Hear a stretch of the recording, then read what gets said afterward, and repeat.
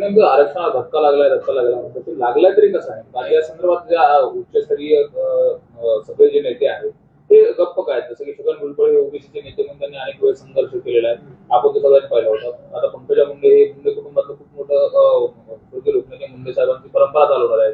हे सगळे जे मातब्बर घराणे आहेत ओबीसीचे ते आता मुंबईवरून गप्प काय? हे बघा दादा, मी खूप विचारानं सांगतो, महाराष्ट्रामध्ये ओबीसीचं 29% आरक्षण आहे, 27% मंडळ आयोगाच्या शिफारशीप्रमाणे आणि 2% शिफारशी वाढवून कोळी वगैरे या सगळ्या गोष्टी, कोळी वगैरे या सगळ्या लोकांचं ते 2%.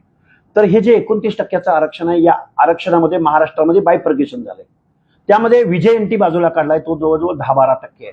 परत ओबीसीच्या 200-300 जाती 19% आहेत आणि 2% एसबीसी आहे.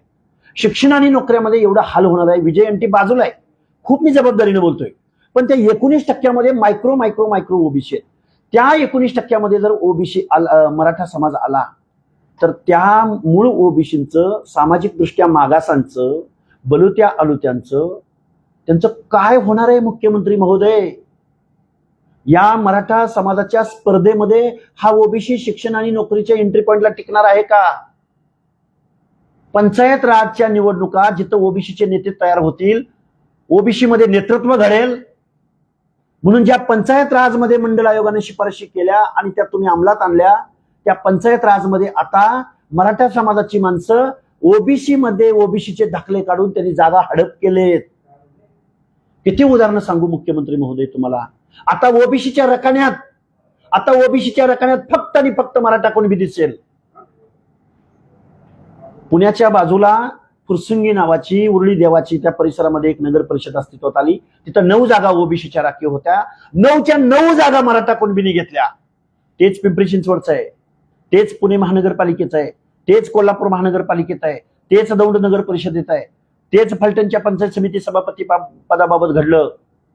किती उदाहरणं द्यायची?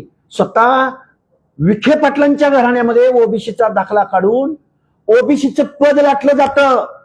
आता मग या राधाकृष्ण विखे पाटील, बाळासाहेब विखे पाटील आणि मग त्यांचे विठ्ठलराव विखे पाटील, एवढ्या मोठ्या सहकारामध्ये काम असलेल्या माणसाच्या घरातलं माणूस जर ओबीसीचा दाखला काढून जर निवडणुकीमध्ये लाभ घेत असेल तर मूळ ओबीसी, सामाजिक दृष्ट्या मागास ओबीसी त्यांच्या स्पर्धेमध्ये कसा टिकेल?